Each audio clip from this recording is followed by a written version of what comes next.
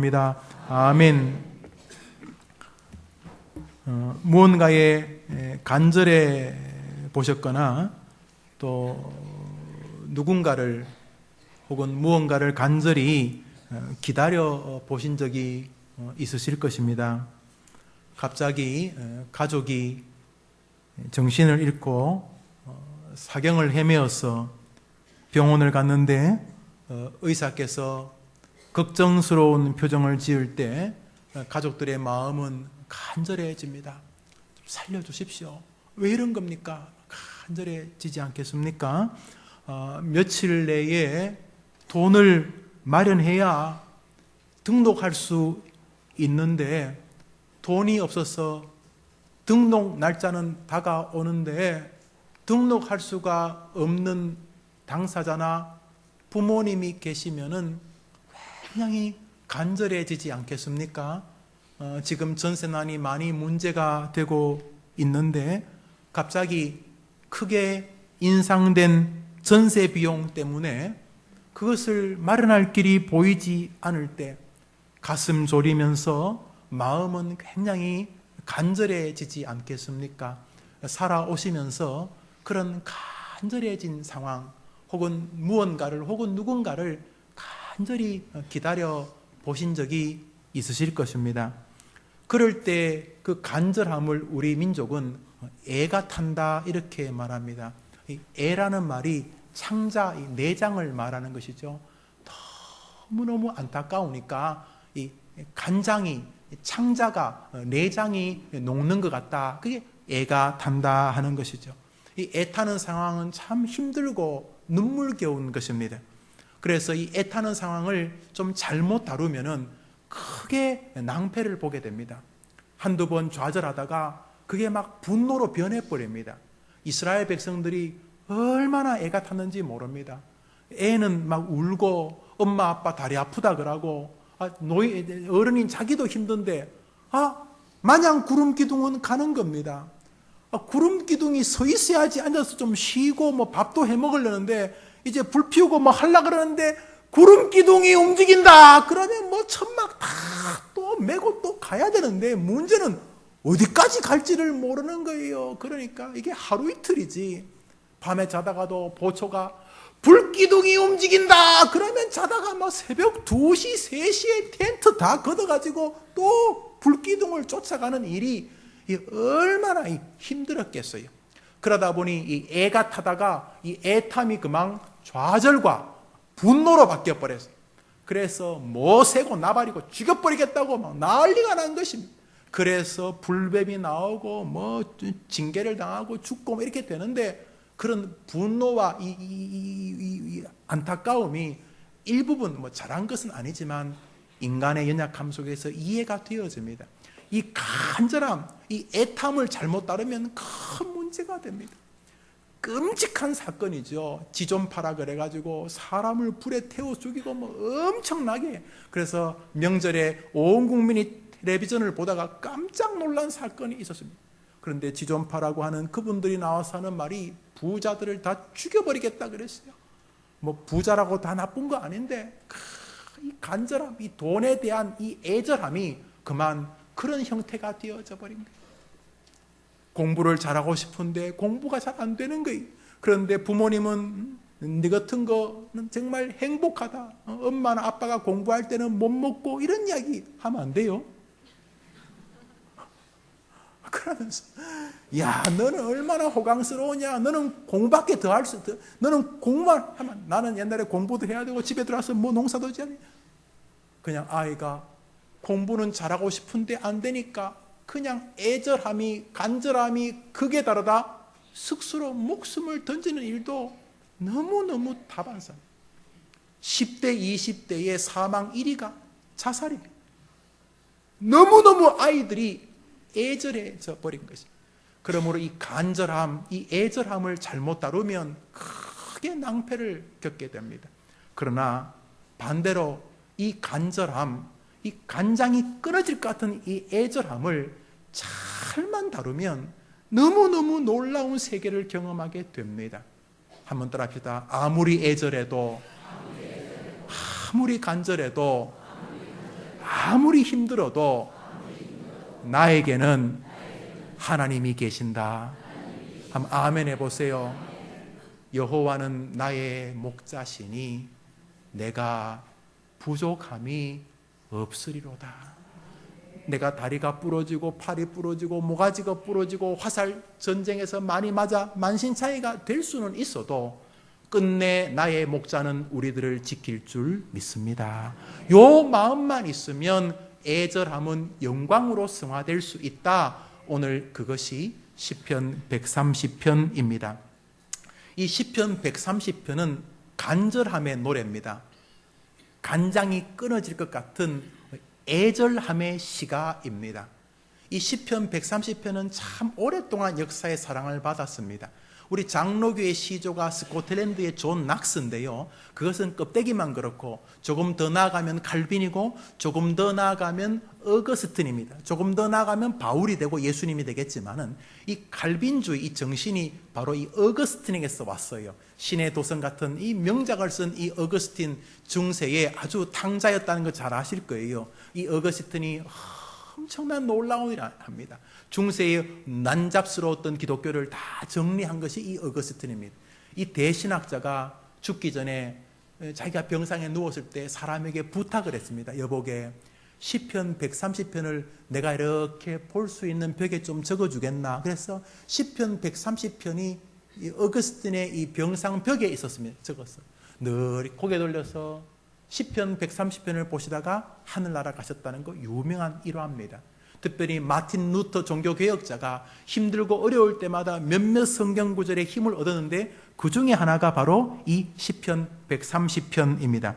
이 시편 130편을 통해서 이 마틴 루터가 큰 은혜를 얻고 이 시편 130편을 통해서 다시금 새 힘을 얻어서 노래를 지은 게 있습니다. 그게 363장입니다. 제가 1절만 부를게요. 내가 깊은, 여러분 1절 보세요. 여러분 노래는 내가 부르고 여러분은 성경 1절을 보세요. 1절부터 2절 보세요. 내가 깊은 곳에서 주를 불러 아뢰니 주여 나의 간구를, 성경 그대로지요? 마틴 루터가 지은 찬송입니다. 이 찬송은 종교개혁자의 마음에도 얼마나 힘들었겠어요. 교황이 죽인다 그러지, 또 자기와 가깝지 않은 반대 영주는 또 죽인다 그러지. 그러니까 이 루터가 얼마나 힘겨웠겠어요. 그때 이 루터를 힘나게 했던 성경 중에 하나가 이 시편 130편입니다. 그런 하나님의 사람들에게 힘주셨던 이 말씀이 오늘 2014년도 11월 달에 3부 예배 해림교회에 앉은 여러분에게도 힘이 되기를 주의 이름으로 축원합니다. 아이고, 그런 생각해요. 누구는 산삼뿌리 먹고 누구는 인삼뿌리, 누구는 인삼뿌리 먹고 누구는 무뿌리 먹나. 하나님 그 사람들에게도 은혜 주셨으면 내게도 은혜 주시기를 원합니다. 이런 마음으로 이 아침에 여러분도 저도 은혜 받게 되기를 축원합니다. 그러면 도대체 이 130편이 애절한 노래, 이 간장이 끊어질 것 같은 이 고통 속에서 도대체 이 사람이 무슨 은혜를 받았고 이 사람의 은혜가 어떻게 어거스틴이나 루터에게도 은혜가 되었는가? 그것은 1절에 담겨져 있습니다. 우리 1절을 읽겠습니다. 여러분 힘들지만 읽으시지요. 설교는 또 듣고 사라지잖아요. 그러나 성경은 안 사라집니다. 저야 이따가 언젠가 죽으면 없어지겠지만 성경은 안 없어지잖아요. 우리 1절 읽읍시다. 시작. 여호와여 내가 깊은 곳에서 주께. 시인은 지금 자신이 어디 있다 그러죠? 깊은 곳에 있다 그럽니다. 이 깊은 곳이 원어적으로는요, 심해를 말합니다. 발이 땅에 닿지 않는 바다 혹은 발이 땅에 닿지 않는 깊은 계곡을 말합니다. 그래서 세번역이라는 성경이 있는데요, 세번역은 1절을 이렇게 했습니다. 내가 물속에서 부르짖나이다. 그러니까 이 바닥을 알 수 없는 깊은 심연에 빠진 것입니다. 이 본문에서 시인이 말하고 있는 깊은 곳은 고통의 시간을 말합니다. 누군가로부터 배신당한 거, 버림당한 거, 세상에서 마치 홀로 내동댕이 쳐진 것 같은 거, 아무도 내 편이 없고 말만 하면 나를 잡으려고 거짓말하는 사람들 속에 있는 것 같은 굉장히 힘겨운 시절을 뜻하는 것입니다. 갑작스럽게 몸에 큰 질병이 생겼고 최선을 다했는데도 계속 실패와 좌절만 나타나는 상태. 그래서 신앙과 인생 전체가 깊은 침체에 빠진 상황이 바로 깊은 곳입니다. 이쯤 되면 사람들은 좌절하고 원망하고 분노에 빠지고 아까 말했듯이 또 극단적인 행동을 하기도 합니다.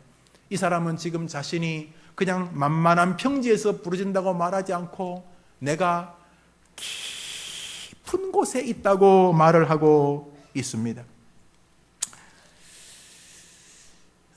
개인도 그렇지만 이 나라들을 보면 나라들의 역사를 봐도 깊은 곳에 빠진 나라들이 참 많았습니다. 그 중에 하나가 이 이스라엘과 대한민국입니다. 이 두 나라의 연관성을 말씀하시는 목사님들이 많으세요. 뭐 약간 좀 심한 비유도 계시지만 굉장히 흡사한 게 많아요. 우리 대한민국과 유대인들은 정말로 닮은 게 많아요. 우선 말부터 닮은 게 한두 가지가 아니에요. 아빠 알죠? 아빠, 아버지 아시죠? 이스라엘 사람들이 아빠를 뭐라 부를까요? 아빠라 불러요. 두 나라가 단어가 흡사한 게 많아요. 보다 근원적인 것은 정신 상태예요. 가족, 어른 공경, 흰 옷을 즐겨 입는 것 이런 것들뿐만 아니라 음식 문화, 시간 처리하는 방식들 한국과 유대인들이 흡사한 게 너무너무 많아요. 그런데 그 중에 하나가 이 고난이 이 두 나라가요 아마 지구상에 1, 2위 할 거예요. 수많은 외적의 침범을 받고 수탈을 당했어요. 지금도 문제되고 있는 우리 정신대 일본 사람들 나쁜 사람이에요. 강다만 아니면 일본 사람이라 안 그러고 다른 말 붙이고 싶은데 정신대 문제는 우리의 고통의 증거물이죠. 우리의 어머님, 할머님, 노인들이 완전히 고통을 당한 역사예요. 왜요? 나라가 수탈당했어요. 아우슈비츠 감옥 600만 명이나 가까운 유대인들이 학살당했어요. 아니 60명만 죽여도 아니 6만 명만 죽여도 어마어마할 텐데 오직 이유 유대인이라는 이유 때문에 이스라엘 사람이라는 이유 때문에 얼마나 많은 사람들이 죽임을 당했는지 몰라요. 노란 다윗의 별, 육각형 별 이것이요 무슨 뭐 상장이 아니고 유대인이란 주이시 증거였어요. 그래서요 나중에는요 이유 불문하고 죽였습니다. 그냥 유대인이라는 이유만으로 죽였습니다. 얼마나 많은 고난을 우리 두 민족이 겪었는지 모릅니다. 그래서 지금도 이스라엘은요 누가 건들기만 하면 비행기 떠서 폭격해버려요. 한 대 맞으면 거의 100대를 때리고 들어옵니다. 이스라엘 전체가 2000년 동안 그런 일을 당했기 때문에 이제 우리 물러설 데 없다. 이스라엘 사람들 눈에서 우리나라는 굉장히 독특한 나라예요. 뭐 전쟁이 난다 그래도 뭐 라면도 사재기 안 하고 뭐 폭탄이 떨어져도 이 자식들 연평도 왜 쏘냐 이렇게 말하고 그냥 또 이렇게 넘어가고 이렇게 땅굴이 있냐 없냐 뭐 있어도 좋고 없어도 좋고 우리는 뭐 이스라엘 사람들이 볼 때는 너무나 놀라운 민족이에요. 이스라엘은 누가 하나 건들면은 벌떼처럼. 그런데 이스라엘과 우리나라가 닮은 게 많지만 안 닮은 게 하나 있어요. 그것은 그 고난에 대하는 태도입니다. 우리 민족은 지난 역사를 돌아보면은 고난이 다가오면 그것을 안으로 싹입니다. 그것이 눈물이 되고 슬픔이 되고 한이 됩니다. 판소리들이 다 한의 노래들입니다. 그래서 한 많은 인생, 한 많은 청춘, 한풀이 이런 것이 우리에게는 많습니다. 노래도 그래요. 한 많은 이렇게 자다가 또 벌떡 일어나시죠. 우리 민족은 슬픔을 안으로 많이 사겼습니다. 그것을 꼭 나쁘다고 말할 수는 없어요. 그러나 그 한이 훌륭한 지도자를 만나지 못하면 파괴해버립니다. 인생을. 술이나 담배, 좌절 그리고 냉소의 인생으로 끝이 나게 됩니다. 기독교 역사가 그런 것을 잘 보여줍니다. 그런데 이스라엘 사람들은 말이죠, 이런 고난을 겪었을 때 에휴 이러면 더러운 세상 확 불질러 버려야지 니 죽고 나 죽자 이렇게 되는 게 아니고 이 한을 노래한 게 바로 시편인데요, 시편에 제일 많은 이 내용이 바로 고난에 대한 반응입니다. 이 한이 될 만한 일을 만났을 때 이스라엘 백성들이 한 일은 뭐냐면 그 한이 될 만한 문제를 가지고 하나님께로 끌고 나아간다는 것입니다. 할렐루야. 이것이 여러분의 인생의 성공의 길인 줄 믿으면 아멘 해보십시오. 130년 전에 우리 조국에 기독교가 들어오면서 이 한에 끌어모아서 술, 담배, 주색 잡기, 노름으로 이렇게 넘어갈 뻔했던 우리 민족을 이 기독교가 새로운 세계, 다시 말해서 소망의 신학을 퍼뜨렸습니다. 물론 기독교에 대해서 냉소적이고 안티적인 학자들이 있지만 그들 중에서도 기독교가 근대 한국 문화의 정신의 일부분 진취적인 영향을 준 것은 인정한다 이렇게 말합니다. 뭐 기독교 역사들은 너무 당연하고 불신 역사학자들도 기독교가 한국민들에게 소망과 희망, 기대와 열정을 불러일으킨 면이 일부분 있다는데 이견이 없습니다. 왜요? 기독교 신앙은 고난이 고난으로 끝나지 않습니다. 고난 중에 내가 부르짖었더니 하나님께서 응답하셨도다. 이것이 기독교이기 때문에 그렇습니다. 고난이 다가올 수 있죠. 갑자기 잘 자던 아이가 병에 걸릴 수도 있고, 갑자기 잘 다니는 회사에서 갑자기 어려움이 당할 수도 있죠. 그렇게 믿었던 사람에게 엉뚱한 말을 배신으로 받을 수 있죠. 그럴 수 있어요. 그래서 어떡할 건데요? 한만은 이 세상으로 끝나실 겁니까? 시편은 바로 그 한이 될 만한 깊은 고난에서 놀라운 세계로 빠져나와 하나님의 성경의 주인공이 되는 역사를 기록해 놓았습니다. 여러분이 그들이 되기를 주의 이름으로 축원합니다. 어거스틴이 마틴 루터가 130편을 보고 힘을 얻었던 것처럼 또 한 주간 살아내셔야 되잖아요. 이 한 주간은 별의별 일들이 다 다가올 거 아니에요. 이 한 주간 동안 그냥 마지못해 살지 말고 하나님의 말씀으로 힘있게 살아내는 남녀 종들 되기를 주의 이름으로 축원합니다. 도대체 이 사람이 깊은 고난에서 뭔 일을 했길래 하나님이 그렇게 축복하셨는가? 1절입니다. 우리 읽읍시다. 1절입니다. 시작. 여호와의 은혜가 깊은 곳에서 뭐 했다고 그럽니까? 내가 깊은 곳에서 뭐 했다고요? 여호와의 은혜가 깊은 곳에서 뭐 했다고요? 부르짖었나이다. 아니, 이 사람이 다른 거 할 게가 없었어요. 깊은 곳이 뭡니까? 더 이상 누구도 도움의 손길이 미치지 않는 것입니다. 저는 뭐 스킨스쿠버 그런 거 안 해봐서 모릅니다. 그런데 바다 깊숙이 들어가면 햇볕이 없대요. 저 깊은 계곡은 햇볕이 안 들어오는 것입니다. 도울이 아주 없도다. 미들이 아주 없도다. 아무도 도와줄 사람이 없는 곳입니다. 누구에게도 비빌 수 있는 길이 없는 곳에 이 사람이 빠졌습니다. 뭐 눈곱만큼이라도 틈이 있으면 그리 삐지고 나가보겠지만은 없었습니다. 깊은 곳에 빠졌습니다. 아무리 좀 도와달라고 해도 도와줄 사람이 아무도 없었습니다. 가족도 형제도 누구도 나를 도와줄 수 없었습니다. 그럴 때 이 사람이 할 수 있는 것은 하나뿐이었습니다. 내가 여호와께 부르짖었나이다. 이것이 문제의 해결의 전부였습니다. 우리가 기억해야 할 것은 그것입니다. 아무런 참 엄청난 우리에게 어려운 일이 다가와도 우리에게는 마지막 보루가 하나 있다는 것입니다. 그것은 하나님께 부르짖는 것입니다. 하나님이 여러분을 그렇게 인정해 주셔야 됩니다. 혼자 소리 지르는 거 아니고 하나님이 하늘에서 네가 부르짖고 있구나, 나한테 여기저기 찌르는 게 아니고 내가 여호와께 오직 한 분을 향해서 그냥 뭐 주시면 좋고 안 주시면 말고 이빨이 없으면 잇몸으로 하고 이런 신앙이 아니라 길이 없어.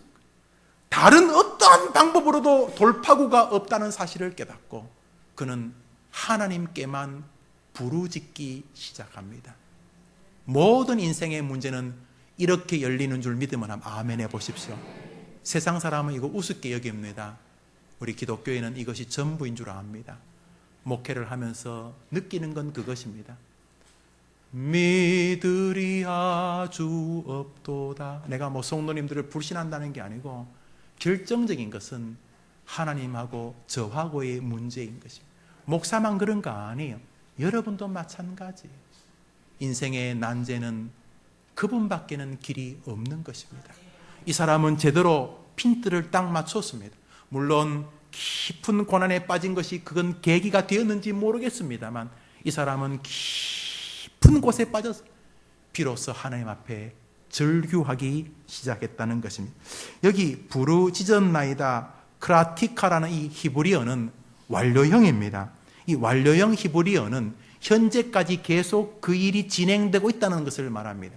이 사람은 계속 지금까지 고난에 오늘 이 시간까지 고난이 이어지고 있습니다. 몸도 마음도 육신도 지금 굉장히 고난스럽습니다. 그런데 이 사람은 동시에 지금 현재까지 뭐 하고 있다는 것입니까? 여호와께 부르짖고 있었다는 것입니다. 할렐루야. 여러분이 그렇게 바뀌어진다면 여러분에게도 시편 130편 기자가 받았던 은혜가 임할 줄 믿으면 아멘 해보십시오. 여러분, 인생에는 희노애락이 있습니다. 높음이 있고 낮음이 있습니다. 낮과 밤이 있습니다. 잘 나갈 때 모든 사람이 부러워하고 박수칠 때가 있는가 하면 모든 사람이 돌팔매질을 던질 때가 있습니다. 가장 좋은 길을 걸을 때가 있는가 하면 인생의 골짜기, 마치 이 시인처럼 바다 깊숙한 곳을 헤매이면서 숨도 제대로 쉬지 못할 그런 상황에 빠질 수가 있습니다. 앞을 봐도 뒤를 봐도 누구도 자기를 구해줄 수 없는 절박한 상황, 이런 곳에 우리 인생이 빠질 수가 있습니다. 그런데 이 시인은 자신이 그런 깊은 곳에 빠졌다는 사실을 인지하는 순간 오직 한 가지 일에 집중하기 시작합니다. 한번 따라 합시다. 내가 우리 한번 크게 해볼까요? 내가 여호와께 부르짖었나이다. 이것이 그를 문제 해결의 길로 이끈 줄 믿으면 아멘 해보십시오. 여러분, 그런 면엔 우리에게도 희망이 있지 않습니까?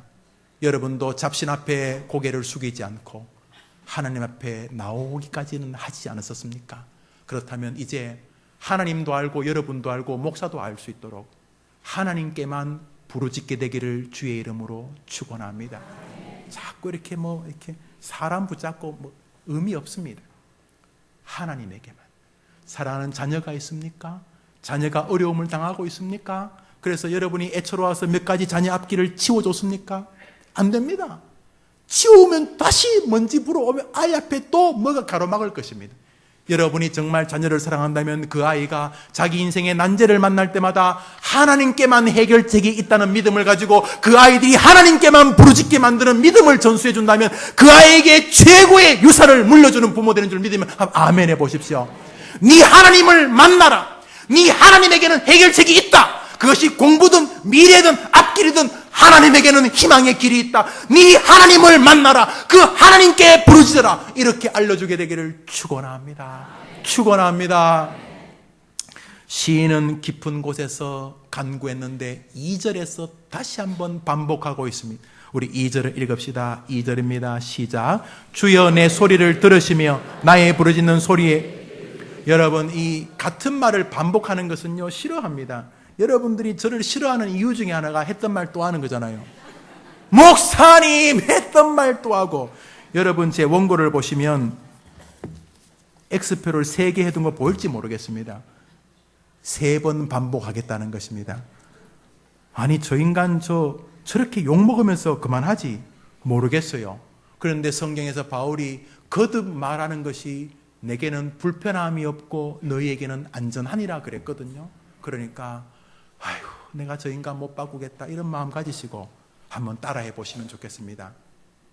따라할 게 아니고 오늘 시편에서 오늘 본문이 반복한, 히브리어는 잘 반복하지 않습니다. 그래서 히브리어 강조형이 여러 가지인데 히브리어에서 가장 최상급의 강조형은 같은 단어를 병행하는 것입니다. 같은 단어를 나열하면 그게 최고 강조형이 됩니다. 오늘 1절, 2절이 강조하는 건 뭡니까? 내가 여호와께 부르짖었다는 것입니다. 자신이 할 수 있는 전부를 다해서 하나님께 부르짖었습니다. 오늘도 권모와 술수를 행하려고 쫓아다니지 않고 이 사람은 문제가 심각하다는 것을 깨닫는 순간 하나님 앞에 딱 서서 하나님께만 해결책이 있음을 믿고 하나님만을 메어 달리기 시작했습니다. 이 사람이 가장 지혜로운 자인 줄 믿습니다. 우리도 마찬가지입니다. 어려움에 빠진 분들이 계시지요. 경제적으로, 정서적으로, 가정적으로, 건강적으로 여러분이 여러 가지 어려움을 빠져 계십니까? 만일 여러분이 지금 어려움에 빠져 있다면 길이 있습니다. 하나님께 부르짖으십시오. 하나님께 엎드리십시오. 도저히 빠져나갈 수 없는 상황이라고 믿어진다면 모든 것을 멈추고 하나님만을 바라보십시오. 요나가 까불다가 하나님 앞에 징계를 받아 바다에 던져져서 물고기 뱃속에 들어가게 됩니다. 그는 비로소 자신의 길이 막혔다는 것을 깨닫습니다. 바다 깊숙한 물고기 뱃속에 있는 걸 누가 압니까?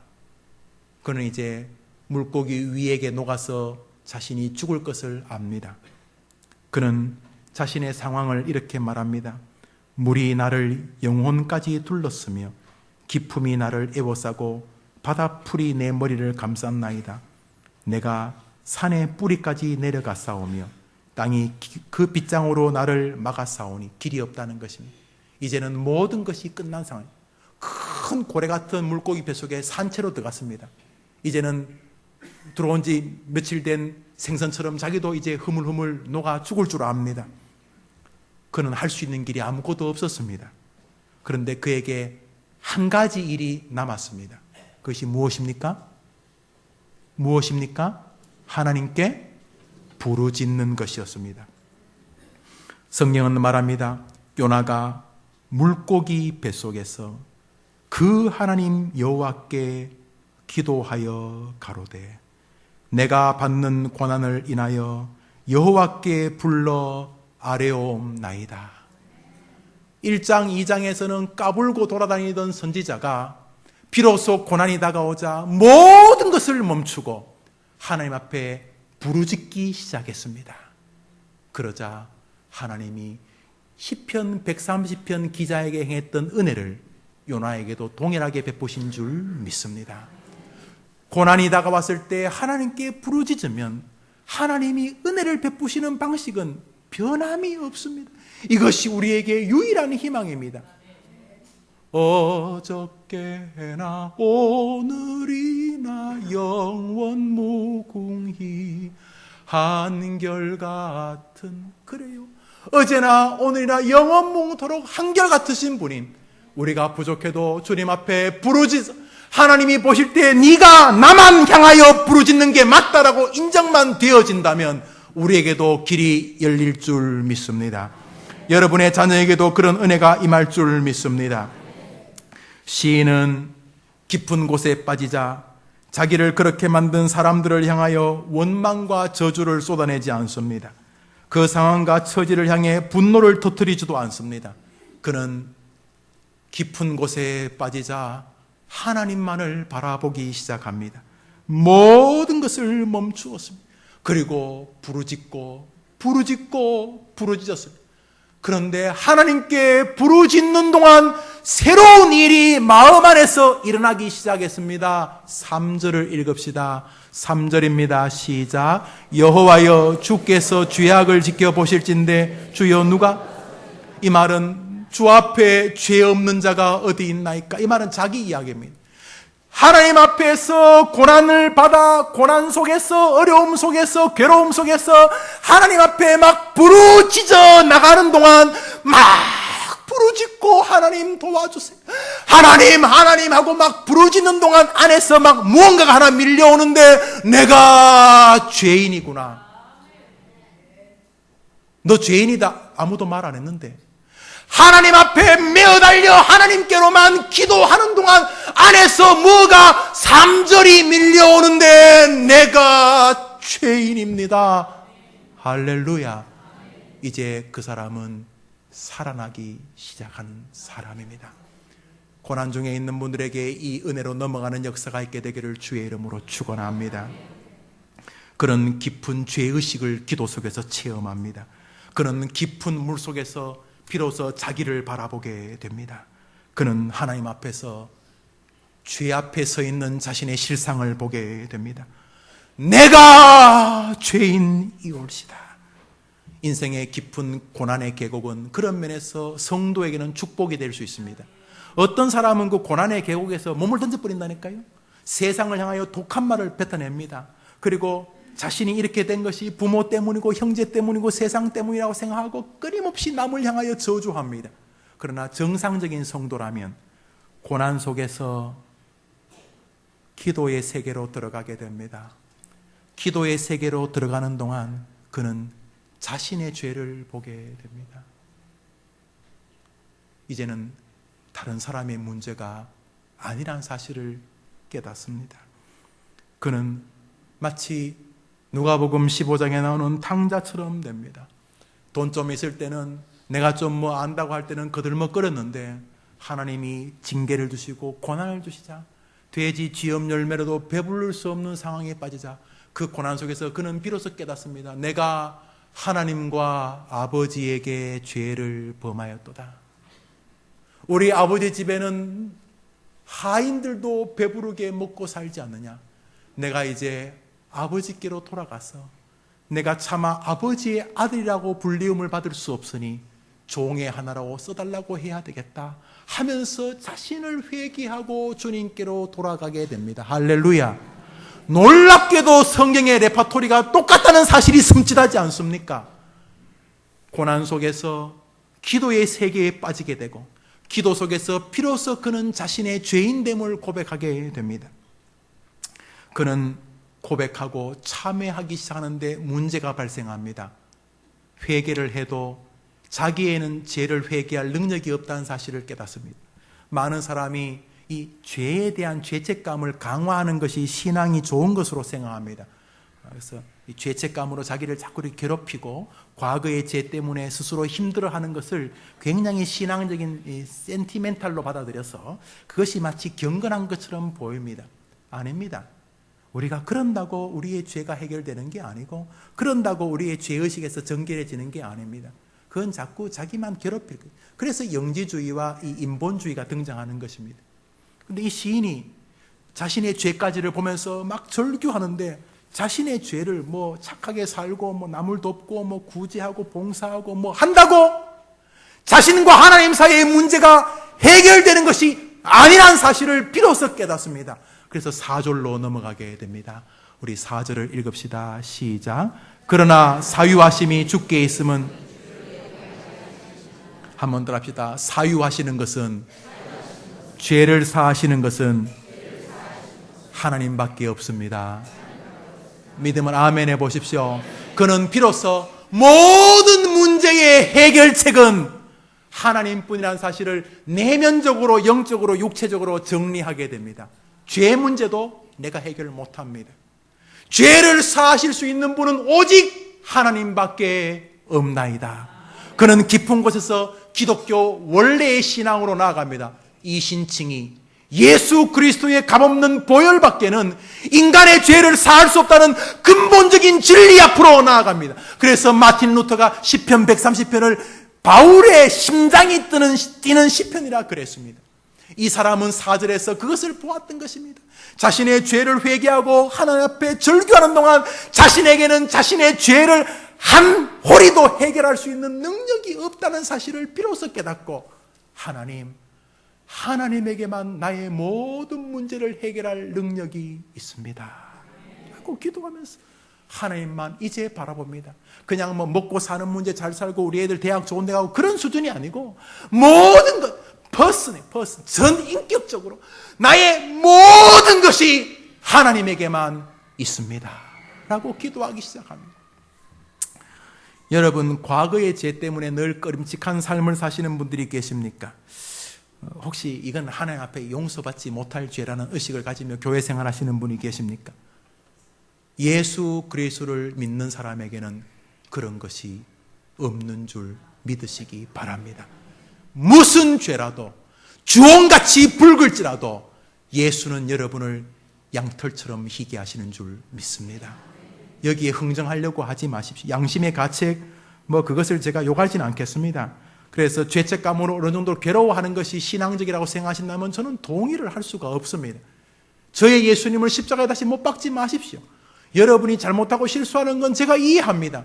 그렇다고 예수님의 보혈이 여러분의 죄를 용서 못한다는 것은 말이 되지 않는 것입니다. 십자가에서 하나님이 여러분을 구원할 유일한 방법을 행하신 줄 믿으면 아멘 해보십시오.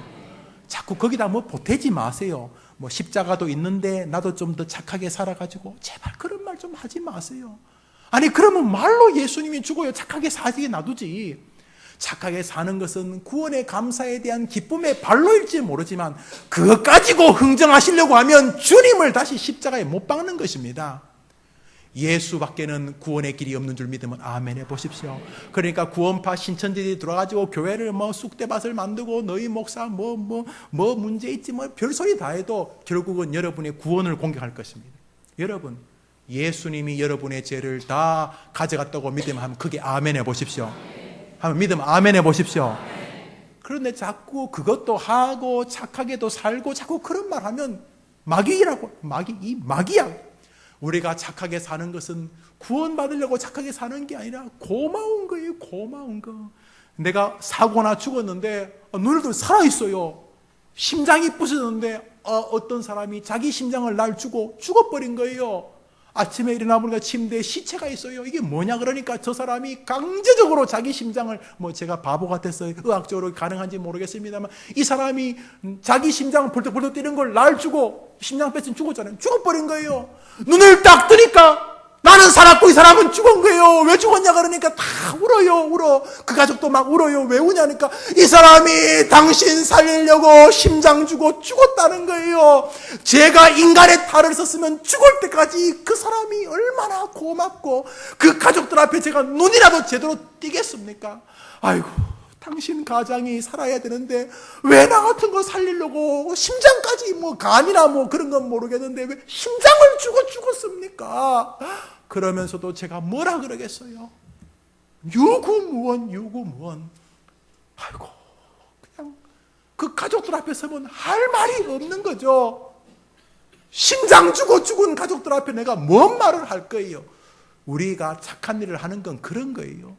주님이 주신 은혜가 고마워서 그냥 유구무원이에요. 뭐라도 좀 해드려야 될 것 같은 거지. 해드려가지고 구원에 도달하는 것은 기독교 아닙니다. 할렐루야. 오늘 시인이 4절에서 나의 구원, 나의 죄사함, 나의 은혜, 나의 모든 좋은 것은 오직 하나님에게만 있습니다.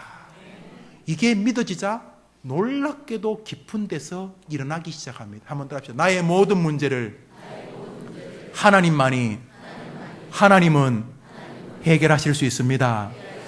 할렐루야. 여러분 집에서 자꾸 되새겨 보세요. 나의 모든 문제를 하나님은 해결할 수 있습니다라고 이게 믿어지기 시작하자 깊은 데는 더 이상 깊은 데가 아니었습니다.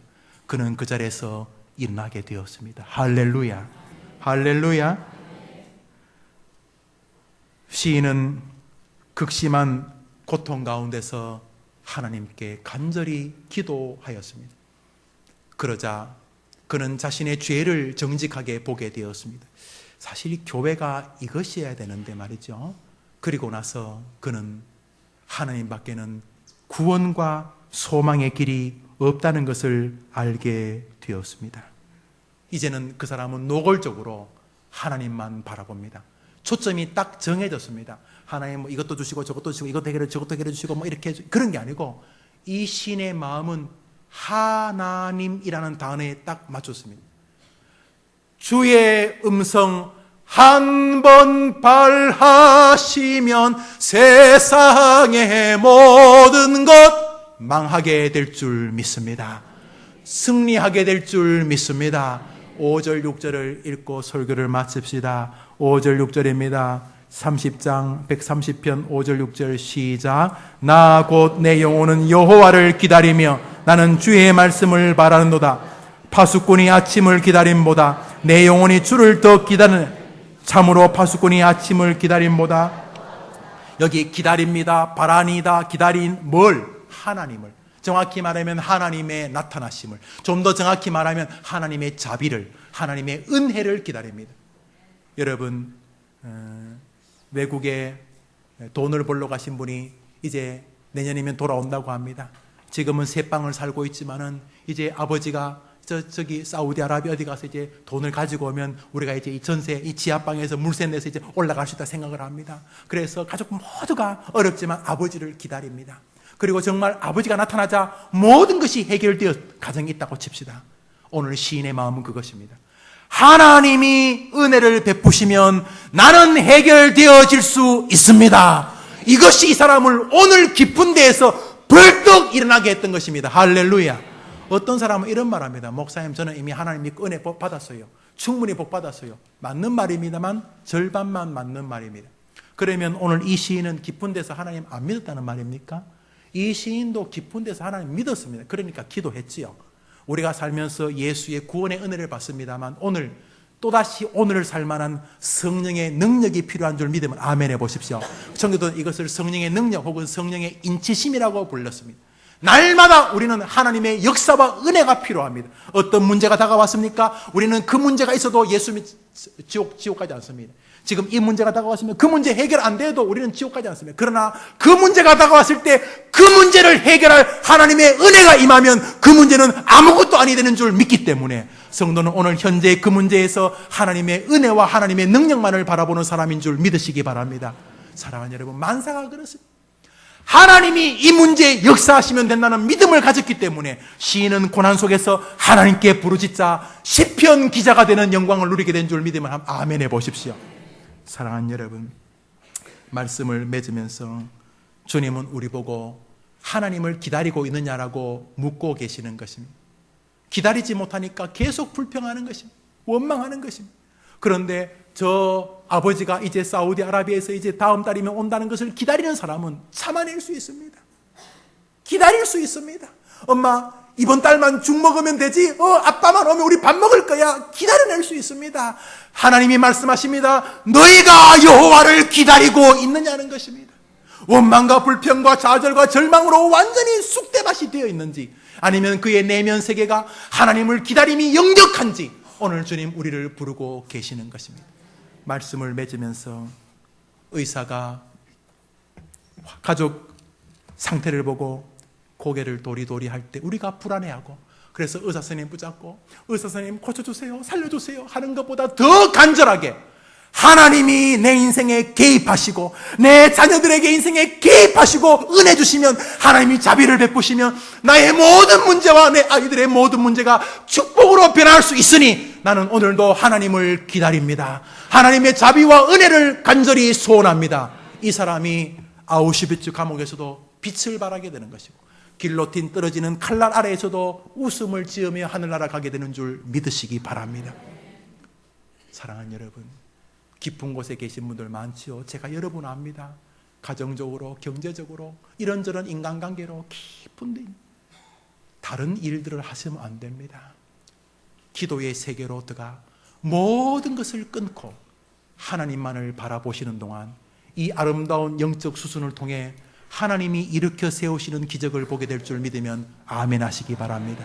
우리 찬송가 같이 부르겠습니다.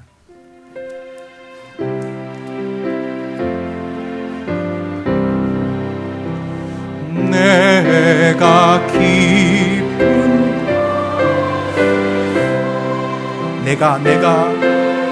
내가 깊은 곳에서 이제 주님 부릅니다. 아, 이 말씀이셨구만요.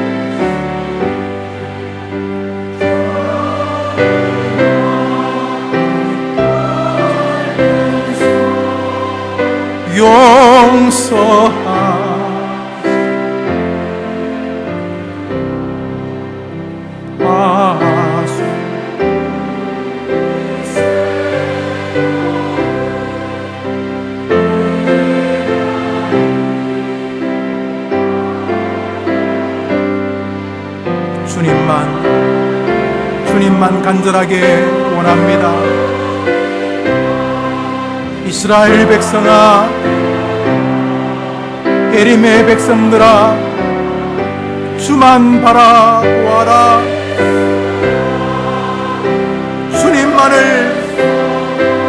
주님만을 바라보아라. 주님만을 바라라. 우리 다같이 일어나서 사절합니다. 주의 크신 은혜와 주의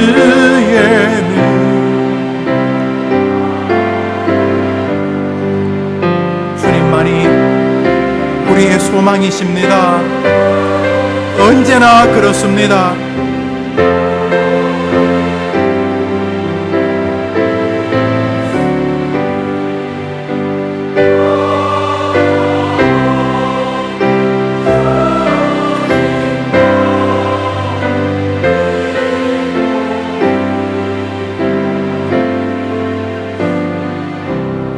우리 눈을 감고 우리 한 30초 정도만 기도하겠습니다. 주님의 방식은 분명합니다. 고난과 고통 속에서 주님을 향하여 부르짖는 길로 나오기를 원하십니다. 그러면서 하나님과 자신 사이의 죄를 정직하게 보기를 원하십니다. 다른 사람의 문제가 아니고 나의 문제이기 때문입니다. 그래서 하나님만을 바라볼 때에 하나님은 그것을 기다리셨다. 은혜를 베푸십니다. 주님, 내가 시편 130편의 기자가 되게 해 주시옵소서. 내가 지금 처해 있는 상황이 어디까지입니까? 주여, 내가 하나님을 바라보게 하시옵소서. 그리하여 이 은혜를 내가 누리게 하여 주시옵소서. 우리 한번 다 같이 기도합시다. 하나님 아버지, 감사합니다. 고난 중에 빠진 성도들, 어려움에 빠진 성도들, 너무도 힘겹게 길을 걸어가는 성도들, 하나님 밖에는 기도 외에는, 회개 외에는, 하나님의 자비 외에는, 하나님 밖에는 길이 없습니다.